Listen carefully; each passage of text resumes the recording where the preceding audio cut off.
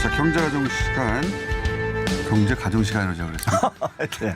오랜만에 나오셔가지고 네. 경제가정교사 시간입니다. 최병 교수님 모셨습니다. 네, 안녕하세요. 예. 자, 경제 뉴스는 좋은 뉴스 하나도 없어요. 예.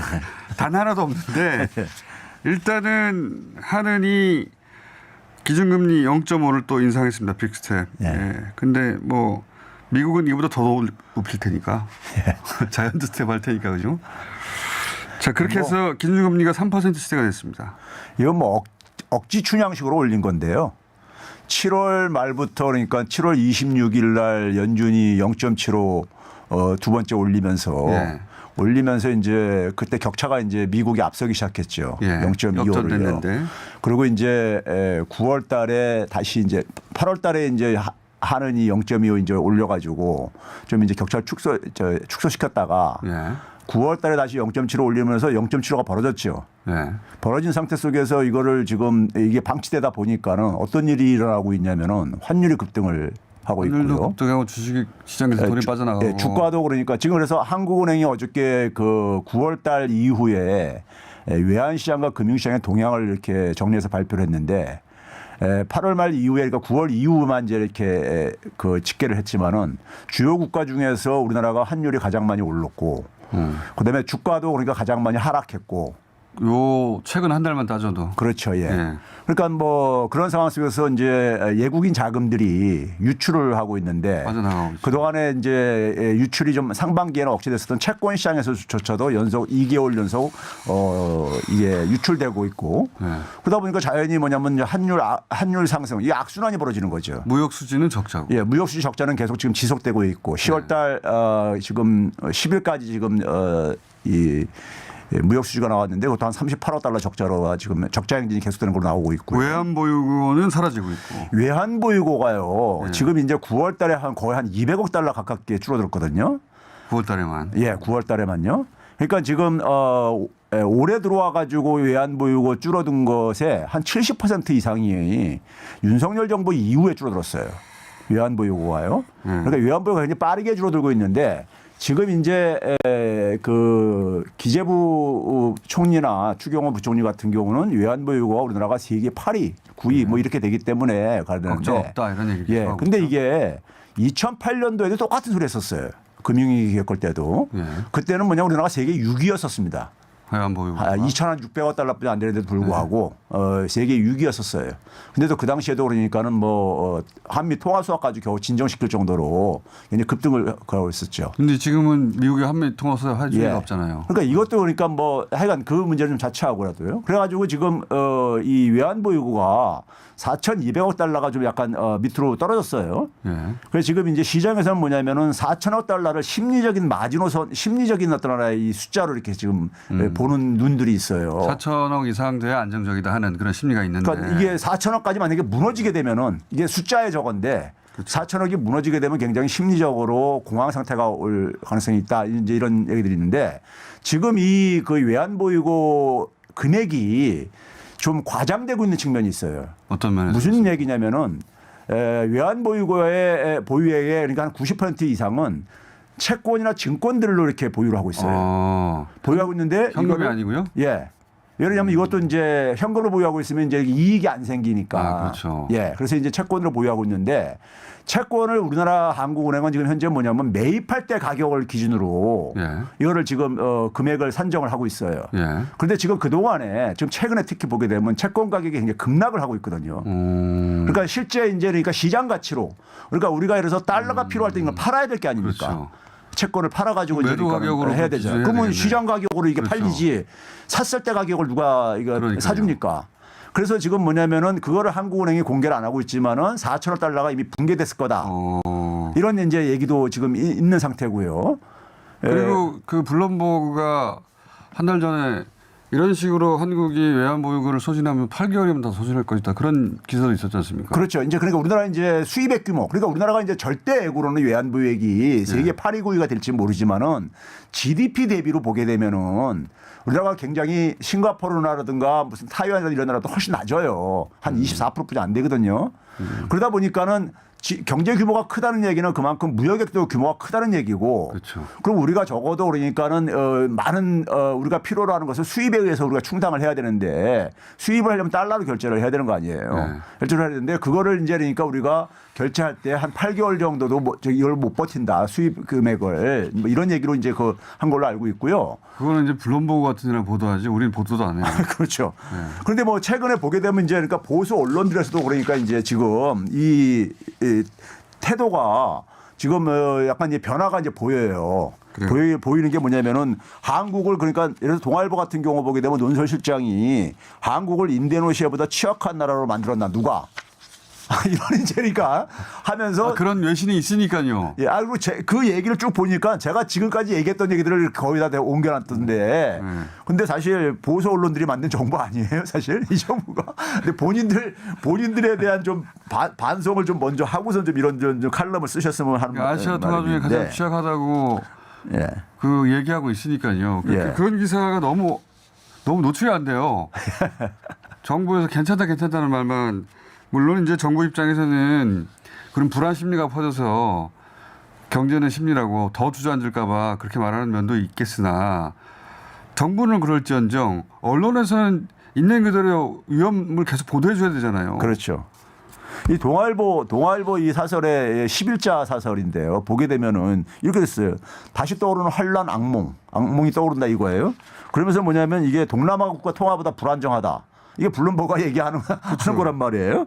그다음에 이제 또한 그 원인 중에 하나를 뭐냐면 미중 신냉전에 끼어가지고 교수님이 그러니까 제가 얘기했던 거예요. 한미 지난 5월달에 윤석열 대통령과 바이든 대통령의 한미 정상회담 하자마자 그 얘기하셨잖아요. 그렇죠. 그리고 그걸로 대중 났다고. 무역 적자가 시작되고 그렇게 됐잖아요. 그러니까 이런 얘기를 지금 보수 언론들에서도 지금 이제 일부 이제 그때 나오고 교수님이 큰일 났다고 했는데 큰일 예. 났다고 보도하는 데가 없었어요. 한미 정상회담 하고 나서. 그게 이제 그러니까 여기서만 계속 큰일 났다고 그렇죠. 얘기하셨지. 이 한미 정상회담은 진짜 큰일 날 정상회담이라고 그때 그러셨죠. 경제는 수치로 결국 나타나기 때문에 결과적으로는요. 시간 지나면서. 그래서 지금 보게 되면 이제 간밤에 어쨌든 간에 지금 연준이래요.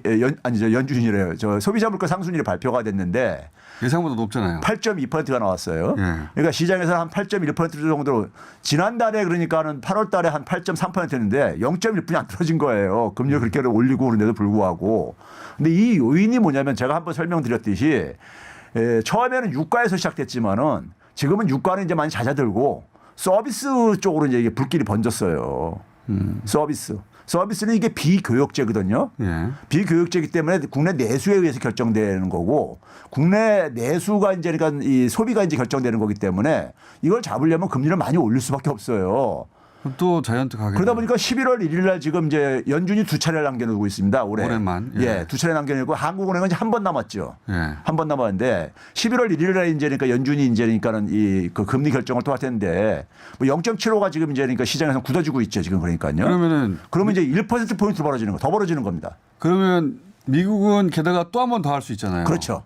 그러면 또 한 번 0.75를 하면 1.75로 벌어지는 거 아닙니까?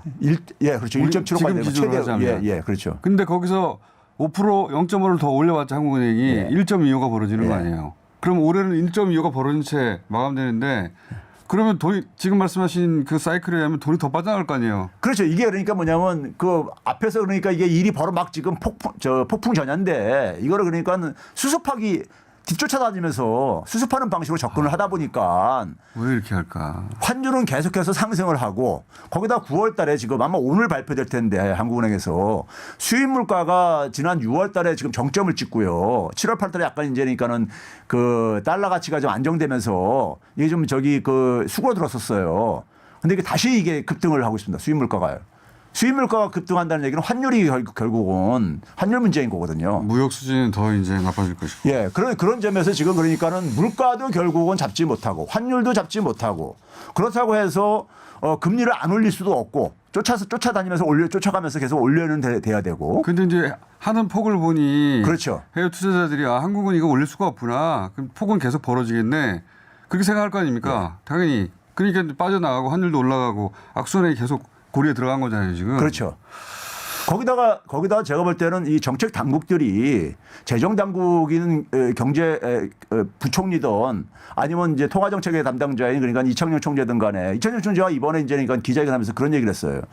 한국은행의 기준금리는 그러니까 최종 기준금리는 한 3.5% 시장에서 그러니까는 생각하는 것처럼 한 3.5% 정도가 될 것이다. 이렇게 올해 얘기했거든요. 마지막 남은 것도 0.5밖에 안 올린다는 얘기 아닙니까? 아니 그러니까 3.5%라는 얘기는요. 지금 미국이 지금 이미 그러니까는 3.25가서 올해 연말까지 최대 그러니까 지금 4.25까지 갈 수도 있다 이런 얘기가 나오고 있는 상황인데 4.25에서 4.5까지 나오는 상황인데 그거를 미리 그러니까 한국은행은 3.5 정도까지 그냥 안 간다 그러면은 사람들이 환율에 더 투기적인 베팅을 할 수밖에 없잖아요, 그럼요.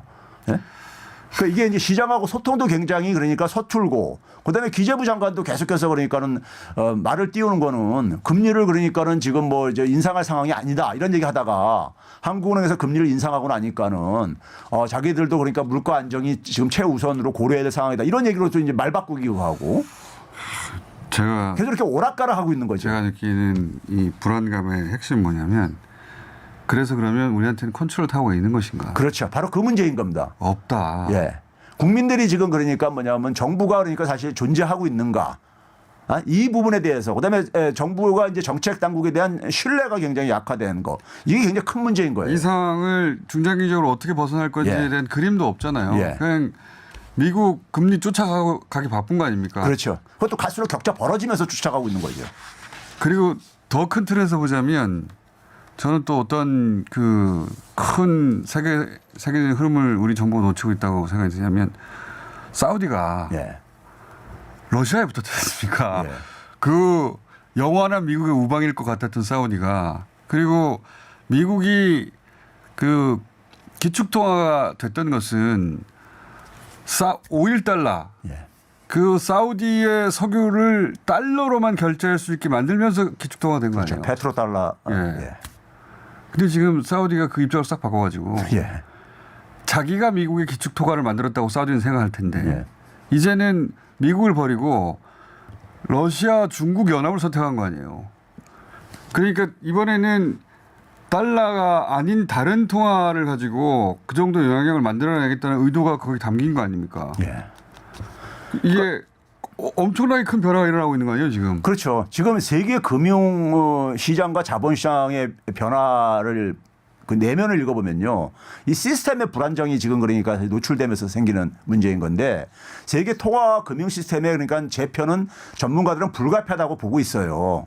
지금 이제 기존의 시스템을 그러니까 사용할 수밖에 없다 보니까 지금 계속 이렇게 끌려다니면서 사용하고 있는 건데 달러 중심의 시스템을요. 근데 지금 우리가 최근에 우리가 지금 주목을 해야 될 게 뭐냐면 지난 한 달 동안에 보게 되면은 우리가 전 세계에서 가장 안전자산이 뭡니까요? 안전자산이라는 것은 미국이라든가 독일이라든가 영국이라든가 소위 기축통화국가들의 정부가 발행하는 국채입니다. 그런데 이 국채 가격이 최근 한 달 사이에 굉장히 불안정한 모습으로 폭락을 하고 막 그러고 있어요. 네? 그 얘기는 뭐냐면은 안전자산이 그러니까 지금 그러니까 굉장히 실종돼 가고 있는 이런 모습을 보여주고 있는 거라고요. 그 얘기는 이 변화가 지금 가져올 종착점이 어디냐 했을 때 지금 공장장님이 얘기한 것처럼 달러 중심의 이 그 세계 경제 체제가 아니라 세계 경제 체제를 지금 여기에 대해서 그러니까는 불만들이 굉장히 많이 나오고 있는 거잖아요. 지금요. 불만이 많이 나오고 있는 거고 소위 강달러 정책으로 인해 가지고 굉장히 고통을 겪고 있는 나라도 많고 그러다 보니까는 그런 점에서 이게 그러니까는 한바탕 이제 그러니까는 소용돌이가 치고 난 다음에 정리되고 난 이후에 달러 체제가 과연 그러니까 이게 지속될 것인가 그 이전처럼 이런 이제 그러니까 문제가 사우디에서는 그걸 읽고 있는 거죠. 사우디는 그걸 주도하고 싶은 거죠. 그걸 읽고 있는 거죠. 이 이 변곡점 상황 속에서 자기들이 그러니까는 중요한 그러니까 적어도 캐스팅 보트는 행사하겠다는 것이고. 근데 저는 이제 그 그림들을 우리 정부가 잘 읽고 대처하고 있는가 이게 걱정되는 거죠. 전혀 없죠. 전혀 없고 우리는 여전히 뭐냐면은 20세기에 달러가 지배하던 시절에 거기서 한치도 벗어나지 못하고 있죠. 자유대 독도 훈련하면 다 되는 줄 알고 있으니까. 자, 오늘 여기까지 하고 다음 주에 이야기 좀 더 이어가 보겠습니다. 큰 틀에서 세계가 어떻게 돌아가고 있는지. 자, 최병규 교수였습니다. 감사합니다. 네, 감사합니다.